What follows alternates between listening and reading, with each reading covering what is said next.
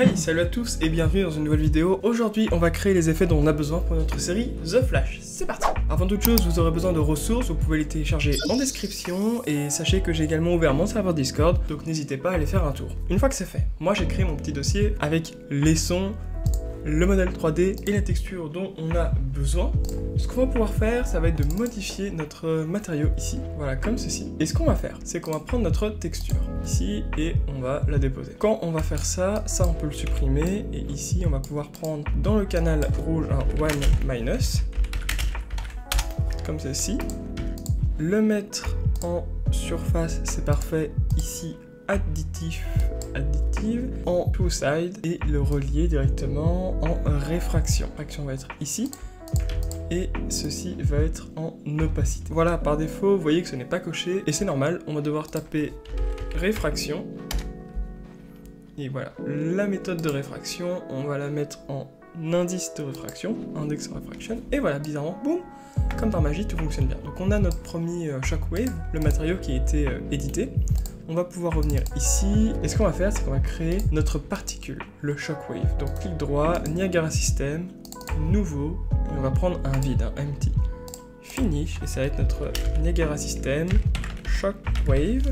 On l'ouvre et nous y voilà. On va pouvoir directement ici prendre un mesh render et mettre notre modèle 3D ici, dans notre particule. Donc mesh, comme ceci. Voilà, donc là, il est bel et bien équipé, et si on clique, on voit que notre matériau a bien été modifié. Dans les propriétés, on peut prendre ici le local space. Ici, on va devoir ajouter quelques trucs. On va pouvoir, dans l'emitter state, dire qu'on le veut qu'une seule fois, donc self. On va le jouer une fois, donc loop delay, on peut le cocher et le laisser comme ceci. Et loop duration, c'est bon, sauf qu'ici, on va le mettre une seule fois.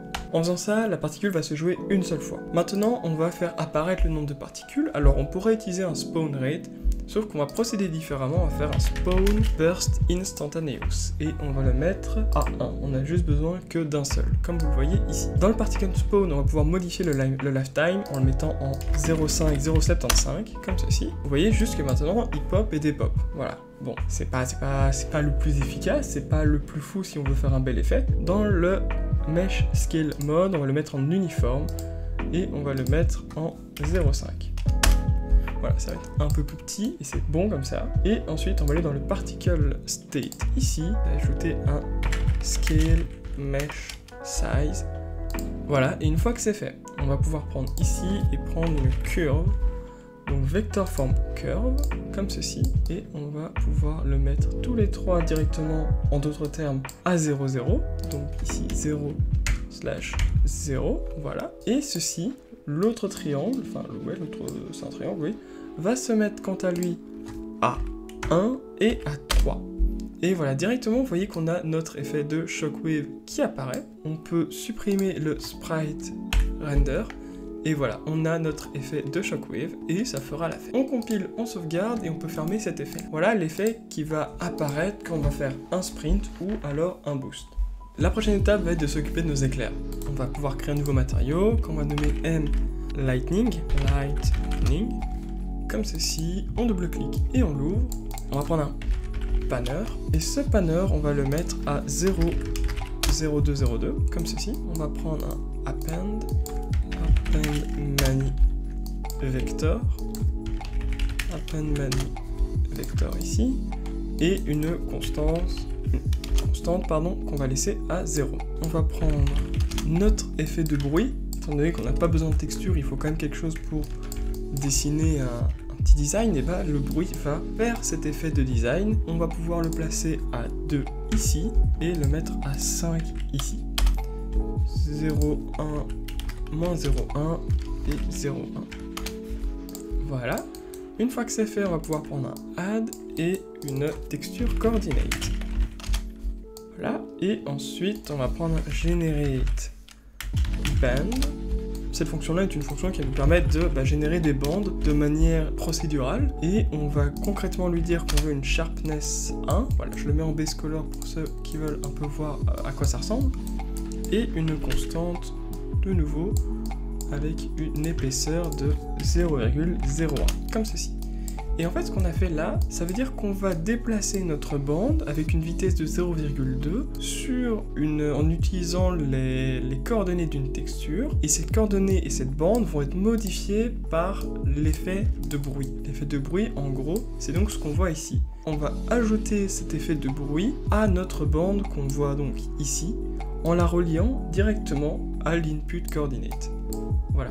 Ensuite, vu qu'on va l'utiliser pour une particule, et bah du coup, particle color, on va venir multiplier tout ceci. Maintenez M et faites un clic gauche. On le relie ici. L'alpha, on n'en a pas besoin. Juste pour le émissif, ça va ici. Là, c'est pour l'opacité. Et on le relie encore une fois. Voilà, comme ceci. Comme je l'ai dit, c'est une particule, donc on va devoir modifier quelque chose. On peut passer le blend mode en tant que translucent, donc pour transparence. On peut mettre ça en unlit, vu que ce sont des éclairs ça fait de la lumière. Ça veut dire que ça peut s'auto-gérer, c'est autosuffisant, ça n'a pas besoin de l'éclairage ambiant pour que ce soit visible. Ça va produire sa propre lumière en gros. Mais à ne pas confondre avec l'émissif. Ça veut dire que même dans le noir, on va pouvoir le voir, mais ça ne va pas éclairer pour autant. Et on peut laisser comme ceci. C'est parfait, on applique, on sauvegarde, on ferme et on peut créer maintenant notre particule d'éclair. Pour ce faire, nouveau clic droit, Niagara System, on va prendre de nouveau un empty comme ceci, on va nommer Lightning, voilà. On double-clique et on peut l'ouvrir, on peut venir placer notre matériau, donc M Lightning, voilà. On peut venir prendre également un Light Render, parce que c'est ce que j'adore faire en début. Light Render, et on va pouvoir le mettre à pourquoi pas 1 et 0,05, comme ça aura une petite touche un peu orangeâtre. On peut supprimer le Sprite Render et on va prendre notre ribbon Render. Comment on va procéder? Dans l'émetteur Update, on va pouvoir le passer en Self, complete. Maintenant, par contre, on va pouvoir ajouter un Spawn Rate. Et ce Spawn Rate, on va pouvoir le mettre à environ, pourquoi pas 35. Peut-être plus 50. Là c'est normal qu'on ne voit encore rien du tout. On va devoir ajouter encore des infos. Déjà le lifetime qu'on va passer en random entre 0,5 et 0,75. Ou plutôt 1,5, comme ça il y aura des éclairs bien plus longs que d'autres. Maintenant on va pouvoir ajouter de la couleur. Donc, color, qu'on va mettre bien rougeâtre comme ça. Donc on peut la passer à 450 directement. Et ici pourquoi pas 5.5 et là 0. Voilà, donc là vous voyez qu'on a vraiment du rouge bien vif. Dans le Particle Update, on va pouvoir ajouter du Curve Noise Force. Et on va également devoir ajouter, vu qu'il y a un problème, du Soul Force and Velocity. Ah, oh, bizarrement, on a notre premier rendu. Bizarrement, non, mais voilà, notre premier rendu apparaît. On peut mettre ça à 50 et ça à 75. Et on va pouvoir ajouter du Ribbon, Scale Ribbon Width. Donc l'épaisseur de notre ribbon, je ne sais pas comment ça s'appelle ça, notre fil, on va appeler ça un fil. Et on peut le laisser comme ça. Ensuite, ce qu'on va pouvoir faire, c'est prendre notre ribbon render et on peut passer la tessellation à 15. Alors, où est-ce que c'est? Alors, ici j'ai fait une erreur, on doit la passer à 0,45. C'est le mode ici qu'on va mettre en custom. Voilà, ici on va avoir l'angle de tessellation qu'on doit laisser à 15 et le screen space que je cherchais qui est déjà coché. J'ai oublié quelque chose, c'est dans le Initialize Particle, on a le Ribbon Attribute et on peut le passer en direct set. Voilà, on aura notre ribbon, du coup, notre fil. Il va être un peu trop grand, je pense, donc on peut le mettre à 1.25 et en le regardant ici, voilà, ça a l'air de beaucoup mieux fonctionner quand même. Et on a notre effet donc d'éclair. On peut couper et on peut passer à notre dernier effet qui est l'énergie. Donc là c'est vraiment un petit effet qui devrait aller beaucoup plus vite que les autres.